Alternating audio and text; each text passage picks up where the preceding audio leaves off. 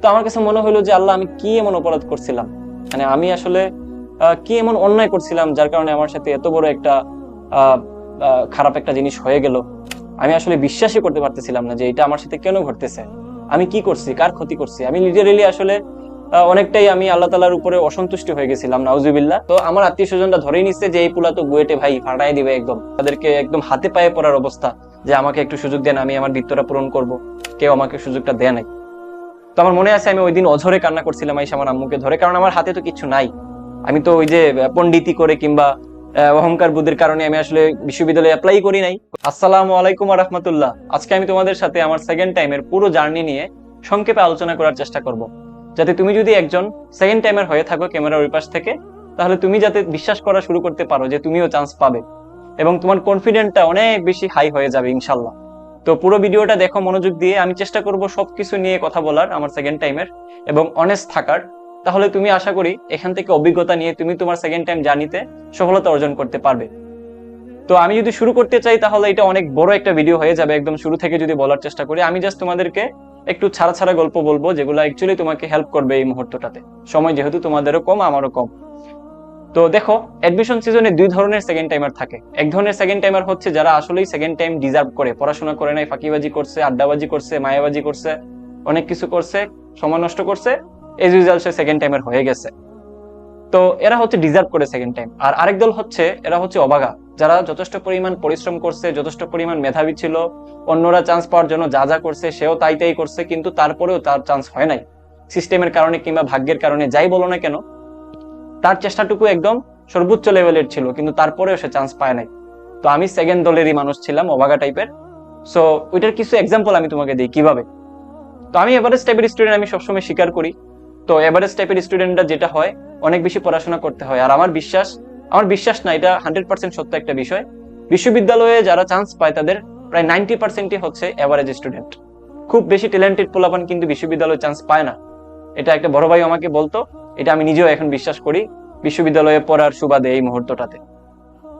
তো আমি বর্তমানে পড়াশোনা করতেছি সাস্টে, ইন্ডাস্ট্রিয়াল এন্ড প্রোডাকশন ইঞ্জিনিয়ারিং বিভাগে। এই বিভাগ হচ্ছে বাংলাদেশের একটা টপ মোস্ট বিভাগ, আইপি ডিপার্টমেন্ট, হয়তো অনেকে জানো। তো সাস্টেরও একটা খুব টপ মোস্ট ডিপার্টমেন্ট, টপ 3-4টা ডিপার্টমেন্টের মধ্যে আইপি হচ্ছে থাকে সবসময়, এবং এটা ডিমান্ড সারা বাংলাদেশ ও সারা বিশ্বে অনেক বেশি আছে, এবং এটা নিয়ে বেশ কিছু বলার নাই আমার।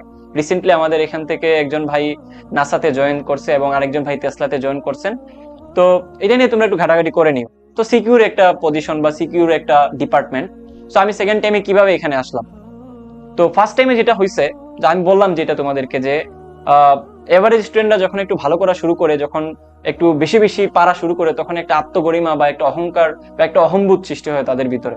তো আমি তার ব্যতিক্রম ছিলাম না। আমি যখন একদম নিচ থেকে হঠাৎ করে ধাম করে লেভেল আপ করলাম, পরিশ্রম করে, চেষ্টা করে করে, আমি কিন্তু কোথাও পড়ি নাই, বুঝছো। আমি ওই ইন্টারনেটে অন্যরকম পাঠশালার যে ভিডিওগুলো ছিল ওইগুলা, প্লাস অন্যান্য যে ফ্রি ফ্রি ভিডিও ছিল ওইগুলা দেখেই কিন্তু আমার বেসিক গুলো স্ট্রং করছিলাম পুরো ইন্টারমিডিয়েট লাইফে।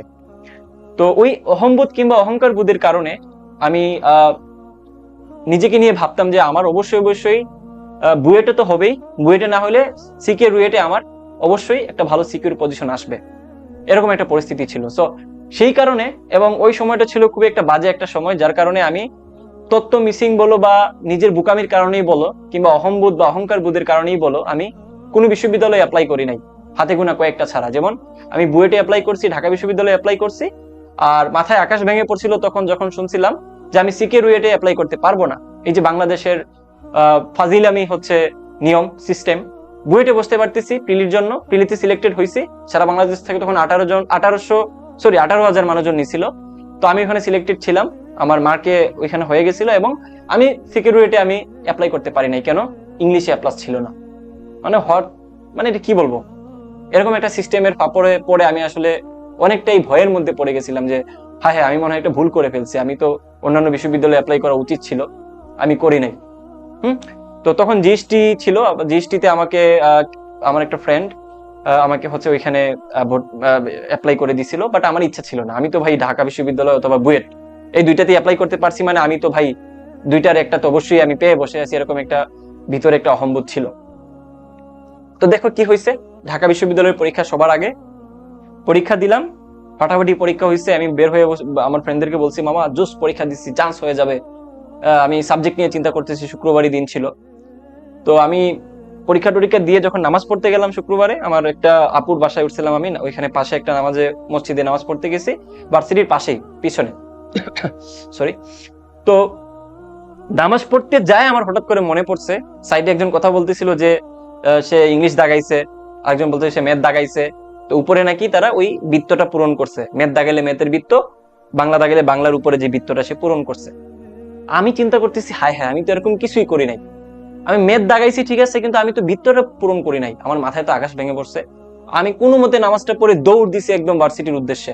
বিশ্ববিদ্যালয়ে গেলাম দৌড় দিয়ে, যাই দেখি তো সবকিছু বন্ধ, আমার ভিতরটা একদম খালি খালি হয়ে গেছে। আমার একদম ভিতরে কোনো মানে একদম মনে হচ্ছে যে আমার হার্ট বিটটা লাফাইতেছে, একদম আমার প্রেশার লো হয়ে গেছে। আমার সারা জীবনের স্বপ্ন এই বুঝি শেষ হয়ে গেল, ঢাকা বিশ্ববিদ্যালয় নিয়ে এত ফ্যান্টাসি ছিল, এত স্বপ্ন ছিল, এই বুঝি শেষ হয়ে গেল। তো এখানে গার্ড মামারা ছিল, তারপর ওইখানে যে কন্ট্রোলার অফিসে যারা ছিল, আমি তাদেরকে একদম হাতে পায়ে পড়ার অবস্থা যে আমাকে একটু সুযোগ দেন, আমি আমার বৃত্তটা পূরণ করব। কেউ আমাকে সুযোগটা দেয় নাই। তো আমার মনে আছে আমি ওই দিন অঝরে কান্না করছিলাম আইসা আমার আম্মুকে ধরে, কারণ আমার হাতে তো কিছু নাই। আমি তো ওই যে পন্ডিতি করে কিংবা অহংকার বুদ্ধির কারণে আমি আসলে বিশ্ববিদ্যালয়ে অ্যাপ্লাই করি নাই, ওইদিকে সিকে রুয়েটে আমাকে বসতে দেয় নাই। তাহলে আমার হাতে তো আর কোনো অপশন নাই, কারণ আমি ইঞ্জিনিয়ারিং এক্সপেরিয়েন্স ছিলাম, ইঞ্জিনিয়ারিং এর প্রস্তুতি আমি শুরু থেকে নিচ্ছিলাম, একদম শুরু থেকে শেষ পর্যন্ত। এবং আমি কিভাবে আমার ভিতরে এই আত্মগরিমাটা আসলো আমি তোমাদেরকে সেই গল্পটা একটু বলি। তো আমি এভারেজ স্টুডেন্ট থেকে যখন একটু লেভেল আপ হইলো, আমার অনেক চেষ্টা করার পরে, অনেক হার্ডওয়ার্কিং করার পরে, তখন আমি ওই যে উদ্বাসের ইঞ্জিনিয়ারিং সেকশনে ভর্তি হইলাম। হওয়ার পরে এখানে উইকলি পরীক্ষা হয়, তাই না? তো উইকলিতে আমি রেগুলারলি পরীক্ষা দেওয়া শুরু করলাম খুব সিরিয়াস ভাবে। তো ওইখানে আমি দেখলাম যে আমি প্রত্যেক পরীক্ষায় টপ 100, টপ 200, 500-র ভিতরে আমি রেগুলারই আছি। তো আমি তো ভাই একদম হাতে আসমানে পাইছি সবকিছু। আমি ইউটিউবে দেখছি একটা ভাই বলছে যে 1000-এর ভিতরে থাকলে শিওর চান্স, ওইখানে আমি টপ 100-200-এর ভিতরে আছে, আমাকে পায় কে ভাই? আমি তো বুয়েটে চান্স পেয়ে বসে আছি, এরকম একটা অবস্থা। তো আমি ওইগুলো আবার স্টোরি দিতাম ফেসবুকে, আবার হোয়াটসঅ্যাপে। তো আমার আত্মীয় স্বজনরা ধরেই নিচ্ছে যে এই পুলা তো বুয়েটে ভাই ফাটাই দিবে একদম। আমারও এরকম একটা অবস্থা, সাজো সাজো রবো রবো এমন একটা অবস্থা। তো এই জায়গাটা থেকে যখন আমি প্রথম ধাক্কাটা খাইলাম, সিকিউরিটি বসতে পারবো না, ওইদিকে তুমি দেখলা যে ঢাকা বিশ্ববিদ্যালয়ে আমি বড় একটা ভুল করে বসে আছি। আমি ঢাকা বিশ্ববিদ্যালয়ের রেজাল্টে কত পাইছি জানো? 68 পাইছি, ম্যাথে 0। ওইবার 72 দিয়েও ফিজিক্স পাইছে মানুষজন, পিওর সাবজেক্ট পাইছে। ভাই আমি কি ম্যাথে অ্যাটলিস্ট 5 পাইতাম না? 5 পাইলে 68 প্লাস 5 কত হয়? 73। আমি তো এর থেকে বেশি পাইতাম। তাহলে কত বড় মানে একটা ইনজাস্টিস আমার সাথে হয়েছে। আই ডোন্ট নো, এটা ইনজাস্টিস বলবো না, এটা আল্লাহরই একটা প্ল্যান ছিল, বেস্ট প্ল্যান ছিল। যেটা বলে মানুষজন যে সৃষ্টিকর্তার প্ল্যানই হচ্ছে সব থেকে গুছানো এবং সব থেকে বেস্ট প্ল্যান, যেটা আমি এখন বুঝতেছি। তখন তো আমি আর জানতাম না, তাই না? তো সবকিছু পরে যখন আমি আর সবকিছু একদম আমার হাতছাড়া হয়ে গেল, ওইদিকে জিএসটিতে তো আমি ভার্সিটির কোনো প্রিপারেশন এইভাবে নেওয়া হয় নাই ক্যালকুলেটর ছাড়া। তো আমার মেইন ছিল হচ্ছে ইঞ্জিনিয়ারিং এর ক্যালকুলেটর দিয়ে আমার প্রিপারেশন নেওয়াটা। বাট হঠাৎ করে যখন আমি জিএসটিতে যাই বসলাম, জিএসটিতে এজ ইউজুয়াল খারাপ হয়েছে। আর কোথাও তো আমি অ্যাপ্লাই করি নাই, হাতে থাকলো কি বুয়েট। প্রিলি দিলাম বুয়েটের, প্রিলিতে আলহামদুলিল্লাহ টিকে গেলাম। 18,000 থেকে আসলাম 6,000-এর ভিতরে বুয়েটের সারা বাংলাদেশে। এখন তো মানে ইয়ানফসি যে আমার আসলে কি বলা যায়, হাতে শুধু বুয়েটের রিটেনটা আছে, এটা ছাড়া আমার হাতে আর কোনো বিশ্ববিদ্যালয়ই নাই, অ্যাপ্লাই করি নাই কোথাও। তো আমি রিটেনটা দিলাম একদম ভয়ে ভয়ে। অনেক লম্বা স্টোরি, আমি পুরো জিনিসটা বলতে পারবো না তোমাদেরকে, অনেক কিছু আছে যেগুলো আমি চাইলেও বলতে পারবো না। মানে কেমন যায় সময়টুকু আমি আসলে, যারা সেকেন্ড টাইমের হয়ে গেছে তারা জানে। ওকে, তো আমি যে এজ ইউজুয়াল আমি যে রিটেন পরীক্ষা দিলাম, কিন্তু যথারীতি আমার রিটেনে কোনো নাম খুঁজে পাইলাম না। ঠিক আছে, তো আমি একদম মানে সবকিছু হারায় টারায় বাসায় বসে রইলাম। আমি দেখলাম যে আমার অন্যান্য ফ্রেন্ড, যাদেরকে আমি কখনো চিন্তা করি নাই ওরা চান্স পাবে, যাদেরকে আমি নিয়ে এত বেশি ভাবনা চিন্তা করি নাই, তারা সবাই দেখলাম যে গেট টুগেদার করতেছে, স্যারদেরকে নিয়ে ক্রেস্ট নিচ্ছে, সংবর্ধনা অনুষ্ঠান করতেছে বড় একটা কমিউনিটি সেন্টারে। আমি বাসায় বসে বসে ওগুলা ফেসবুকে দেখতেছি, রিলস দেখতেছি, তারপর আমি ফেসবুকে এই জিনিসগুলো আমি একটু একটু করে দেখতেছি। তো আমার কাছে মনে হলো যে আল্লাহ, আমি কি এমন অপরাধ করছিলাম, মানে আমি আসলে কি এমন অন্যায় করছিলাম যার কারণে আমার সাথে এত বড় একটা খারাপ একটা জিনিস হয়ে গেল। আমি আসলে বিশ্বাসই করতে পারতেছিলাম না যে এটা আমার সাথে কেন ঘটতেছে, আমি কি করছি, কার ক্ষতি করছি। আমি লিটারেলি আসলে অনেকটাই আমি আল্লাহ তাআলার উপরে অসন্তুষ্ট হয়ে গেছিলাম, নাউজুবিল্লাহ। তো মানে হওয়াটা আমি আসলে জানি না আমার কেন এরকম লাগতেছিল। আমার মনে হয়েছিল যে আমাকে কেউ জোর করে কোন একটা অদৃশ্য শক্তি আমাকে সবকিছু থেকে বঞ্চিত করতেছে, আমার যথেষ্ট পরিশ্রম মেধা থাকার পরেও।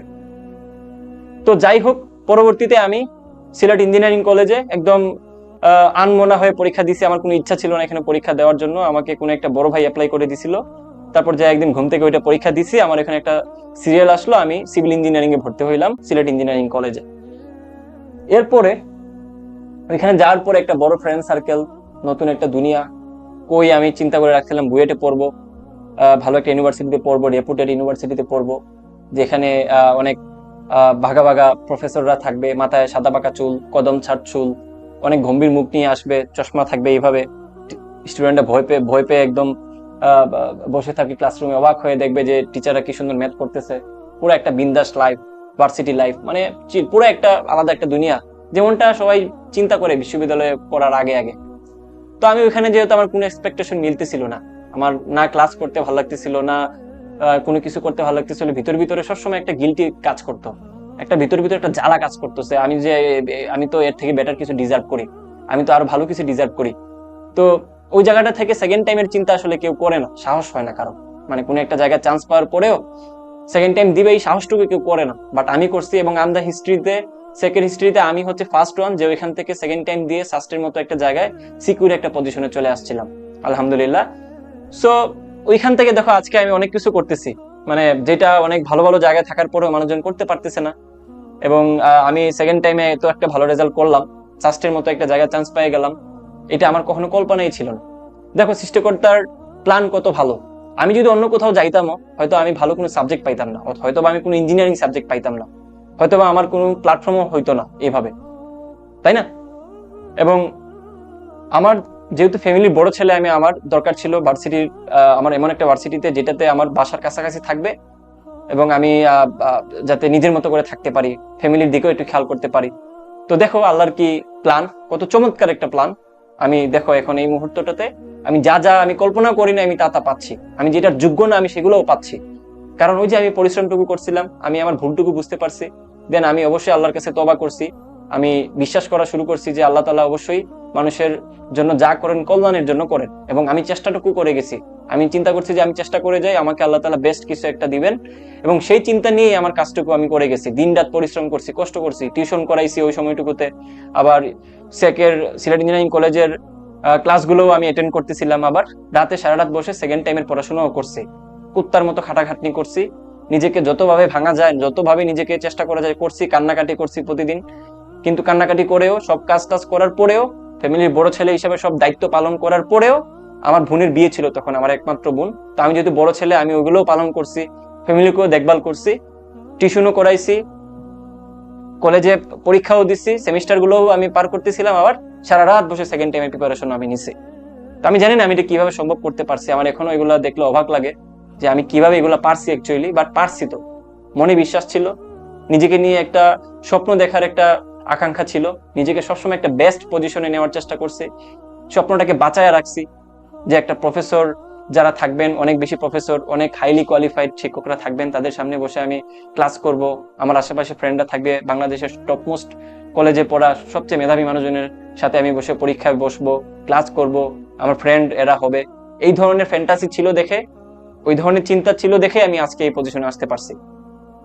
পরবর্তীতে প্ল্যাটফর্ম খোলা, তোমাদের ভালোবাসা অর্জন করা, দেন এত কিছু করে ফেলা, এটা আসলে কখনোই আমার কল্পনায় ছিল না। বাট আল্লাহ তাআলা আসলে কার কপালে কি রাখছেন এটা আসলে মানে চিন্তা করাটা মুশকিল। বাট অলওয়েজ চিন্তা করবা যে তোমার জন্য বেস্ট কিছু আছে, কিছু না কিছু বেস্ট আছে, তুমি যদি একটু নিজেকে হালটা ধরে রাখতে পারো। আল্লাহ তাআলা বলছে চেষ্টা করে যাও, তোমার যে রাস্তাটুকু আছে সেটা আমি একবার না একবার দেখাই দিব। বাট চেষ্টা ছেড়ে দিয়ে যদি ভাবো যে আমি তো ভাই, মানে আমি সবচেয়ে অবাগা, আমাকে দিয়ে কিচ্ছু হবে না, আমার সাথে এগুলা কেন হইলো, একদম গাঞ্জা মাঞ্জা খায়া নেশা পানি করে পয়রা থাকলাম, জীবন নিয়ে একদম হতাশ হয়ে গেলাম, no, this is wrong track. আসল ট্র্যাক হচ্ছে জাস্ট নিজেকে প্রতিদিন নিজেকে নিয়ে যুদ্ধ করো, নিজের সাথে নিজে জিহাদ করো, নিজেকে একটু আপডেট করো, নিজের কাজটুকু করে যাও, বাকিটা আল্লাহ তাআলা দিয়ে দিবেন। যে সৎ হয়ে, যে নিজেকে ঠিক রেখে হালটা ধরে থাকে, সে একবার না একবার কিনারায় পৌঁছায়। আজ না পৌঁছাক কাল পৌঁছাবে, কাল না পৌঁছাক পরশু পৌঁছাবে। আমার একটা মাইন্ডসেট ছিল, যদি আমি কোথাও চান্স নাও পাই, আমি সিলেট ইঞ্জিনিয়ারিং এ থেকে আমি ভালো একটা পজিশনে যাব, ভালো জায়গায় আমি পৌঁছাবো, হায়ার স্টাডি করব। পসিবল, কিন্তু অনেকেই করতেছে। But always be positive and motivated. আমি সিলেট ইঞ্জিনিয়ারিং কলেজে থাকা অবস্থায় অনেককে মোটিভেশন দিতাম, ফ্রেন্ডদেরকে মোটিভেশন দিতাম, আরে বেটা পারবি, হবে, আমরা পারবো, করে ফেলবো। হাস্যকর শোনাবে, কিন্তু আমি এগুলো করতাম, কারণ অলওয়েজ ভিতরে একটা পজিটিভিটি কাজ করতো, নিজেকে নিয়ে একটা ভালো পজিশন চিন্তা করতাম, কোনো না কোনো এক সময় আমি ভালো কিছু করতে পারবো, আমার পড়াশোনার একটা ইম্প্যাক্ট আমার লাইফে পড়বে, আমি এত বেশি হার্ডওয়ার্কিং করছি, জীবনে এত কষ্ট করছি, এত নিচু জায়গা থেকে, গ্রাম থেকে উঠে আসছি, সব জায়গায় ফাইট করছি, এভারেজ স্টুডেন্ট থেকে নিজের লেভেল আপ করছি, কিছুই পারতাম না, ওই জায়গা থেকে একটু একটু করে দিন রাত খাটাখাটনি করে না ঘুমায়া 24 ঘন্টা পরিশ্রম করে আমি নিজেকে এত আপডেট করছি, নিশ্চয়ই আমার জন্য আল্লাহ তাআলা ভালো কিছু রাখছেন। আল্লাহ তাআলার দরবার খালি না, খালি না, উনি কোনো না কোনো ভাবে তোমাকে তোমার পরিশ্রমের ফলটুকু দিবেন, জাস্ট সৎ ভাবে, অন্যের ক্ষতি না করে, নিজের ক্ষতি করো কিন্তু অন্যের ক্ষতি না করে, অন্যের হক না মেরে সৎ পথে থেকে যদি চেষ্টা করে যাও, ইনশাআল্লাহ আজ না হয় কাল, কাল না হয় পরশু, পরশু না হয় তরশু, তুমি তোমার ডেস্টিনেশনে পৌঁছাবা। এই ছিল আজকের কথাবার্তা। আমি জানি না সবকিছু গুছায় বলতে পারতেছি কিনা, কারণ সেকেন্ড টাইমের জার্নি অনেক বড়, অনেক কিছু বলা হয় না, অনেক কষ্টের কাহিনী হয়তো আমি তোমাকে বলতে পারি নাই, অনেক খারাপ সময়টুকু হয়তো তোমাকে আমি বলতে পারি না যেটা তুমি রিলেট করতে পারতা, ওইটা আসলে বলা পসিবল না, তাই না? এখন মাথায় যা আসছে আমি তাই বলছি।